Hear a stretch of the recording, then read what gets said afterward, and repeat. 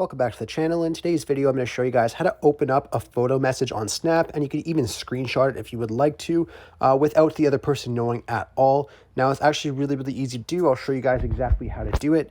Now, all you want to do is go over to Snapchat and open that up. Once you're on Snapchat, just go over to your chats, and then you will see any photo messages that you have.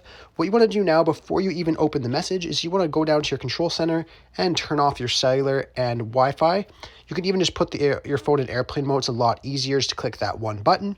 What you want to do once you're in airplane mode is you can go ahead and open up the photo. So I just sent this photo to myself of my TV. Now I've opened up the message, and I'm even going to screenshot it, as you guys see.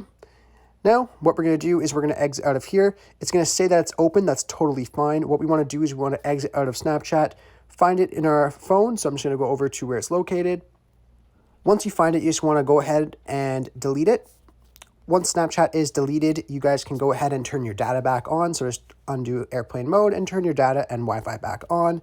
Once that is done, we can go back over to the App Store. So we just go to the App Store and we're going to re-download Snapchat. So just go ahead and find Snapchat and then re-download it.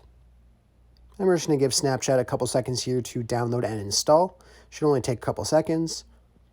And once it's done downloading and installing, we can open it back up. You just want to log into your accounts, so you can go ahead and do that. So I'm just going to log back into my account here and log in. Once you're on Snapchat, you just want to go over to your chats. And as you can see, it still says the photo message has not been opened, but I even opened it up and I even screenshotted it. So clearly you guys can see here that you can safely do that without the other person knowing, as long as you delete the application and turn off your Wi-Fi and stuff, exactly how I did in the video.